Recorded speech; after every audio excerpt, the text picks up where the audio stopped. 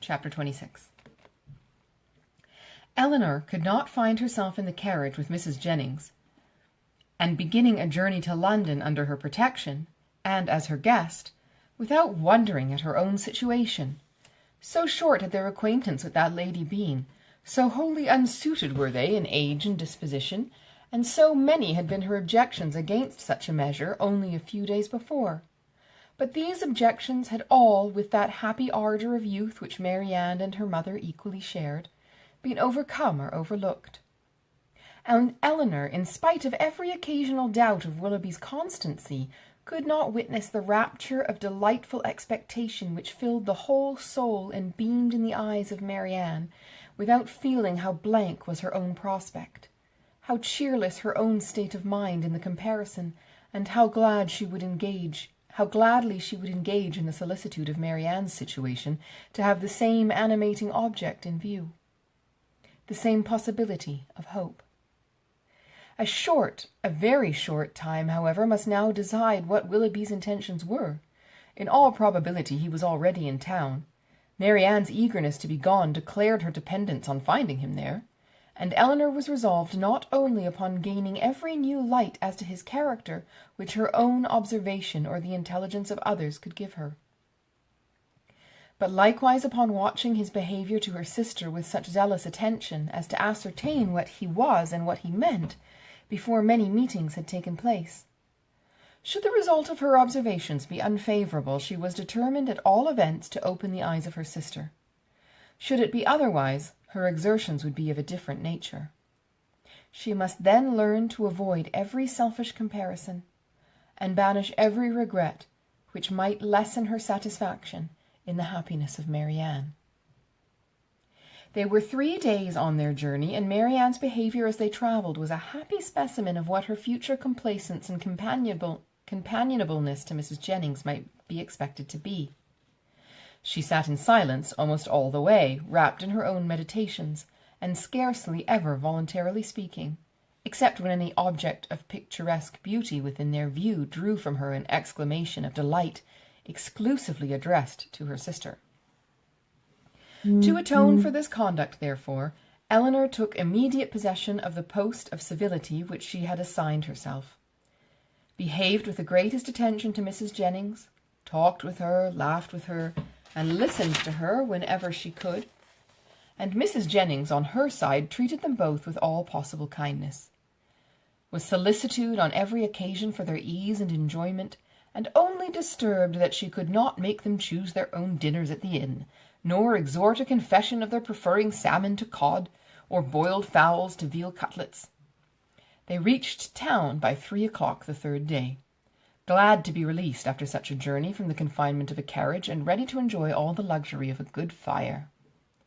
The house was handsome and handsomely fitted up, and the young ladies were immediately put in possession of a very comfortable apartment.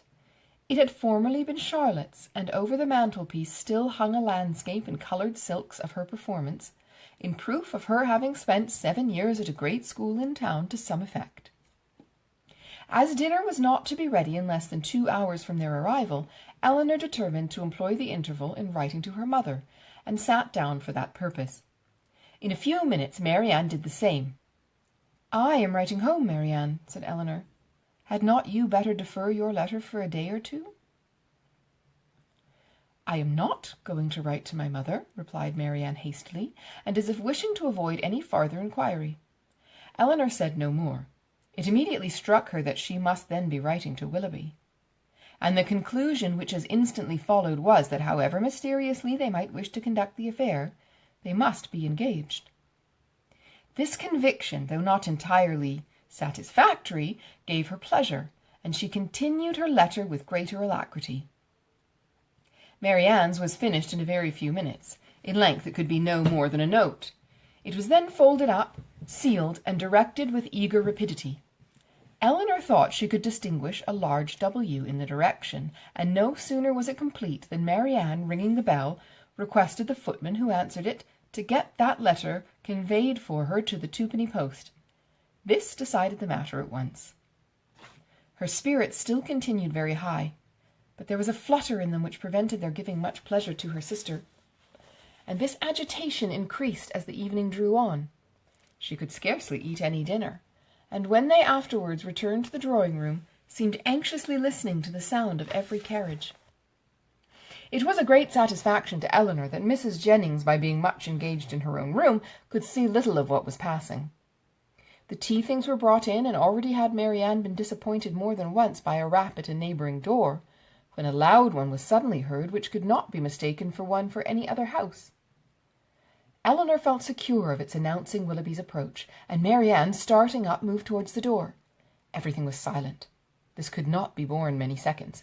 She opened the door, advanced a few steps towards the stairs, and after listening half a minute, returned into the room in all the agitation which a conviction of having heard him would naturally produce. In the ecstasy of her feelings at that instant, she could not help exclaiming, "Oh, Elinor, it is Willoughby! Indeed it is!" and seemed almost ready to throw herself into his arms, when Colonel Brandon appeared. It was too great a shock to be borne with calmness, and she immediately left the room. Elinor was disappointed too, but at the same time her regard for Colonel Brandon ensured his welcome with her, and she felt particularly hurt that a man so partial to her sister should perceive that she experienced nothing but grief and disappointment in seeing him. She instantly saw that it was not unnoticed by him, that he even observed Marianne as she quitted the room with such an astonishment and concern as hardly left him the recollection of what civility demanded towards herself. "Is your sister ill?" said he. Elinor answered, in some distress, that she was, and then talked of headaches, low spirits, and over-fatigues, and of everything to which she could decently attribute her sister's behaviour. He heard her with the most earnest attention, but seeming to recollect himself, said no more on the subject, and began directly to speak of his pleasure at seeing them in London, making the usual inquiries about their journey and the friends they had left behind. In this calm kind of way, with very little interest on either side, they continued to talk, both of them out of spirits, and the thoughts of both engaged elsewhere. Elinor wished very much to ask whether Willoughby were then in town, but she was afraid of giving him pain by any inquiry after his rival, and at length, by way of saying something, she asked if he had been in London ever since she had seen him last. "Yes," he replied with some embarrassment, "almost ever since. I have been once or twice at Delaford for a few days, but it has never been in my power to return to Barton." This, and the manner in which it was said, immediately brought back to her remembrance all the circumstances of his quitting that place, with the uneasiness and suspicion they had caused to Mrs. Jennings, and she was fearful that her question had implied much more curiosity on the subject than she had ever felt. Mrs. Jennings soon came in. "Oh, Colonel," said she, with her usual noisy cheerfulness, "I am monstrous glad to see you. Sorry I could not come before, beg your pardon, but I have been forced to look about me a little and settle my matters, for it is a long while since I have been at home, and you know one has always a world of little things to do after one has been away for any time, and then I have had Cartwright to settle with. Lord, I have been as busy as a bee ever since dinner. But pray, Colonel, how come you to conjure out that I should be in town to-day?" "I had the pleasure of hearing it at Mr. Palmer's, where I have been dining." "Oh, you did? Well, and how do they all do at their house? How does Charlotte do? I warrant you she is a fine size by this time." "Mrs. Palmer appeared quite well, and I am commissioned to tell you that you will certainly see her to-morrow." "Ay, to be sure, I thought as much. Well, Colonel, I have brought 2 young ladies with me, you see. That is, you see but one of them now, but there is another somewhere. Your friend Miss Marianne, too, which you will not be sorry to hear. I do not know what you and Mr. Willoughby will do between you about her. Ay, it is a fine thing to be young and handsome. Well, I was young once, but I never was very handsome. Worse luck for me. However, I got a very good husband, and I don't know what the greatest beauty can do more. Ah, poor man, he has been dead these 8 years and better. But, Colonel, where have you been to since we parted, and how does your business go on? Come, let's have no secrets among friends." He replied with his customary mildness to all her inquiries, but without satisfying her in any. Elinor now began to make the tea, and Marianne was obliged to appear again. After her entrance, Colonel Brandon became more thoughtful and silent than he had been before, and Mrs. Jennings could not prevail on him to stay long. No other visitor appeared that evening, and the ladies were unanimous in agreeing to go early to bed. Marianne rose the next morning with recovered spirits and happy looks. The disappointment of the evening before seemed forgotten in the expectation of what was to happen that day. They had not long finished their breakfast before Mrs. Palmer's barouche stopped at the door, and in a few minutes she came laughing into the room, so delighted to see them all that it was hard to say whether she received most pleasure from meeting her mother or the Miss Dashwoods again. So surprised at their coming to town, though it was what she had rather expected all along. So angry at their accepting her mother's invitation after having declined her own, though at the same time she would never have forgiven them if they had not come. "Mr. Palmer will be so happy to see you again," said she. "What do you think he said when he heard of your coming to town with mamma? I forget what it was now, but it was something so droll." After an hour or two spent in what her mother called comfortable chat, or in other words, in every variety of inquiry concerning all their acquaintance on Miss Jennings' side, and in laughter without cause on Mrs. Palmer's, it was proposed by the latter that they should all accompany her to some shops where she had business that morning, to which Mrs. Jennings and Eleanor readily consented, as having likewise some purchases to make themselves, and Marianne, though declining it at first, was induced to go likewise. Wherever they went, she was evidently always on the watch. In Bond Street especially, where much of their business lay, her eyes were in constant inquiry, and in whatever shop the party were engaged, her mind was equally abstracted from everything actually before them, from all that interested and occupied the others. Restless and dissatisfied everywhere, her sister could never obtain her opinion on any article of purchase, however it might equally concern them both. She received no pleasure from anything, was only impatient to be at home again, and could with difficulty govern her vexation at the tediousness of Mrs. Palmer, whose eye was caught by everything pretty, expensive, or new, who was wild to buy all, could determine on none, and dawdled away her time in rapture and indecision. It was late in the morning before they returned home, and no sooner had they entered the house than Marianne flew eagerly upstairs, and when Eleanor followed, she found her turning from the table with a sorrowful countenance, which declared that no Willoughby had been there. "Has no letter been left here for me since we went out?" said she to the footman, who then entered with the parcels. She was answered in the negative. "Are you quite sure of it?" she replied. "Are you certain that no servant, no porter has left any letter or note?" The man replied that none had. "How very odd," said she in a low and disappointed voice as she turned away to the window. "How odd indeed," repeated Eleanor within herself, regarding her sister with uneasiness. If she had not known him to be in town, she would not have written to him as she did. She would have written to Combe Magna, and if he is in town, how odd that he should neither come nor write. "Oh, my dear mother, you must be wrong in permitting an engagement between a daughter so young, a man so little known, to be carried on in so doubtful, so mysterious a manner. I long to inquire, but how will my interference be borne?" She determined after some consideration that if appearances continued many days longer, as unpleasant as they are now, she would represent in the strongest manner to her mother the necessity of some serious inquiry into the affair. Mrs. Palmer and two elderly ladies of Mrs. Jennings' intimate acquaintance, whom she had met and invited in the morning, dined with them. The former left them soon after tea to fulfil her evening engagements, and Eleanor was obliged to assist in making a whist table for the others.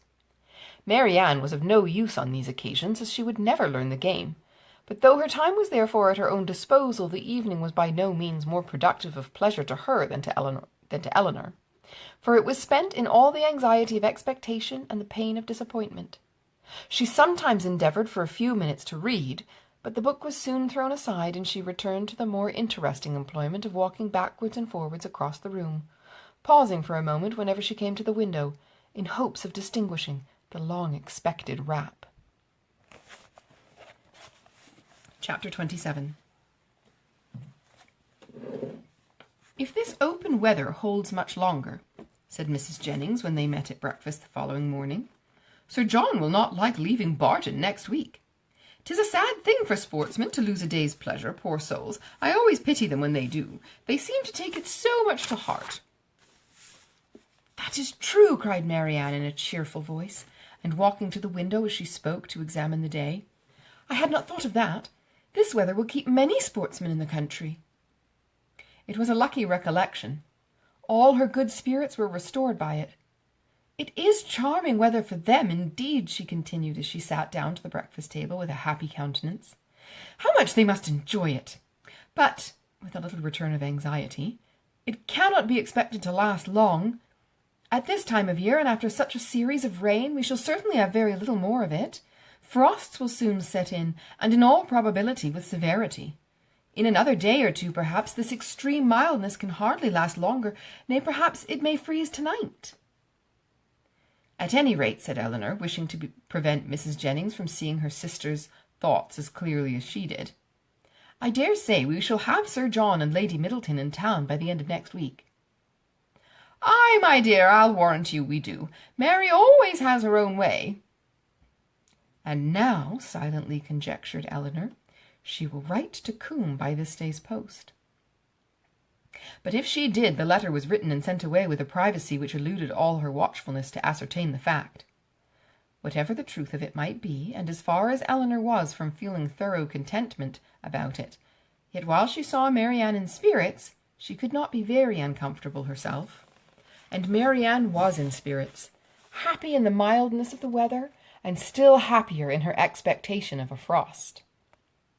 The morning was chiefly spent in leaving cards at the houses of Mrs. Jennings' acquaintance to inform them of her being in town, and Marianne was all the time busy in observing the direction of the wind, watching the variations of the sky, and imagining an alteration in the air. "Don't you find it colder than it was in the morning, Elinor? There seems to me a very decided difference. I can hardly keep my hands warm even in my muff. It was not so yesterday, I think. The clouds seem parting too. The sun will be out in a moment, and we shall have a clear afternoon." Elinor was alternately diverted and pained, but Marianne persevered, and saw every night in the brightness of the fire, and every morning in the appearance of the atmosphere, the certain symptoms of approaching frost. The Miss Dashwoods had no greater reason to be dissatisfied with Mrs. Jennings' style of living and set of acquaintance than with her behaviour to themselves, which was invariably kind.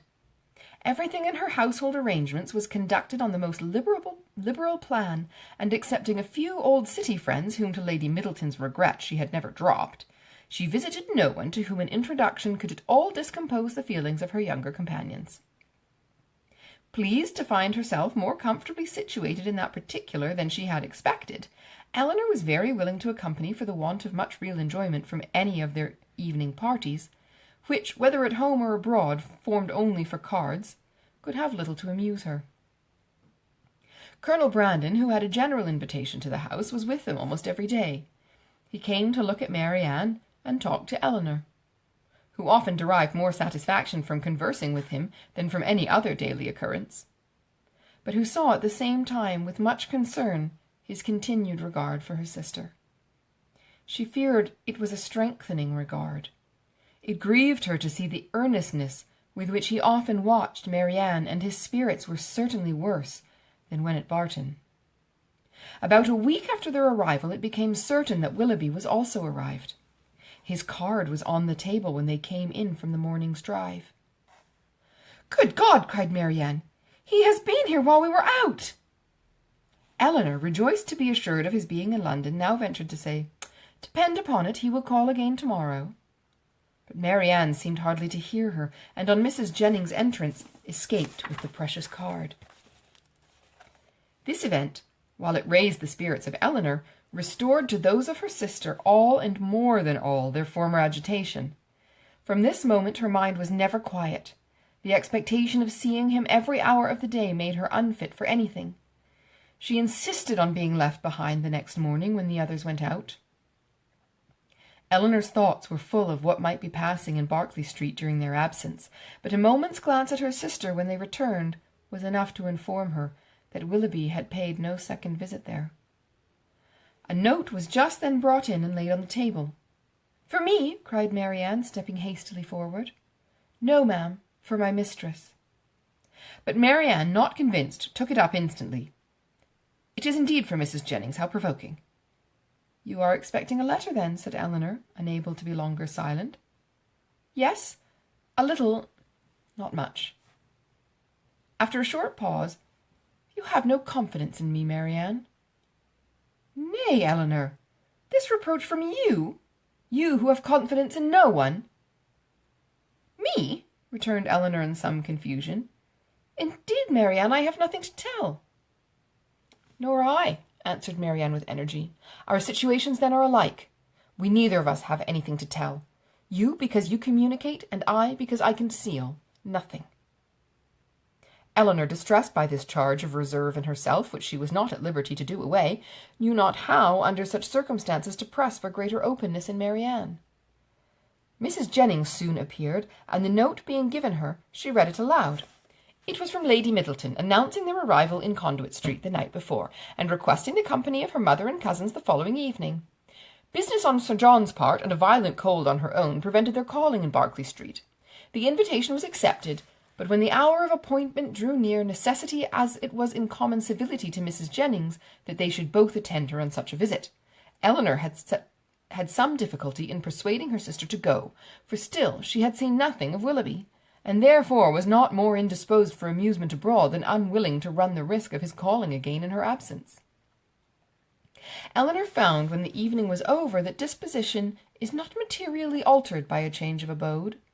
For although scarcely settled in town, Sir John had contrived to collect around him nearly 20 young people, and to amuse them with a ball. This was an affair, however, of which Lady Middleton did not approve. In the country an unpremeditated dance was very allowable, but in London, where the reputation of elegance was more important and less easily attained, it was risking too much for the gratification of a few girls to have it known that Lady Middleton had given a small dance of 8 or 9 couples, with 2 violins and a mere sideboard collation. Mr. and Mrs. Palmer were of the party. From the former, whom they had not seen before since their arrival in town, as he was careful to avoid the appearance of any attention to his mother-in-law, and therefore never came near her, they received no mark of recognition on their entrance.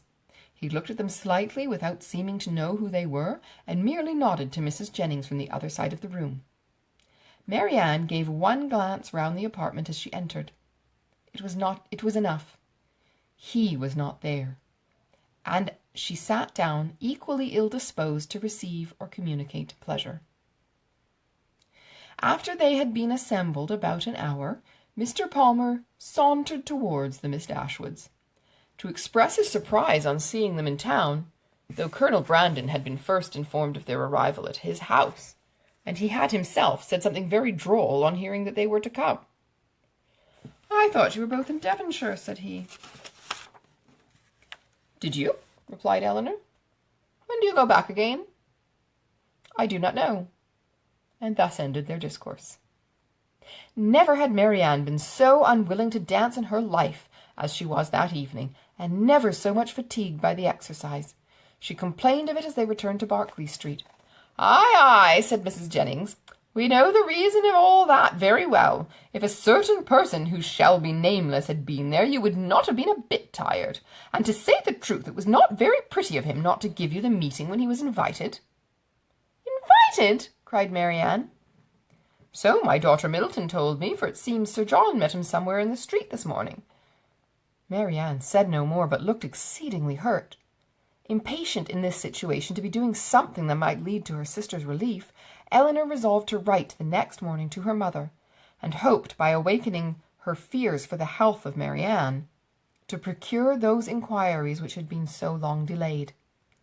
And she was still more eagerly bent on this measure by perceiving after breakfast on the morrow that Marianne was again writing to Willoughby, for she could not suppose it to be to any other person.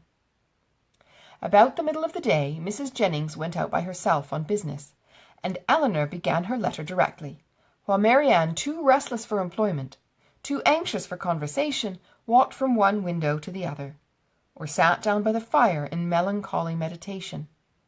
Elinor was very earnest in her application to her mother, relating all that had passed, her suspicions of Willoughby's inconstancy, urging her by every plea of duty and affection to demand from Marianne an account of her real situation with respect to him. Her letter was scarcely finished when a rap foretold a visitor, and Colonel Brandon was announced. Marianne, who had seen him from the window and who hated company of any kind, left the room before he entered it.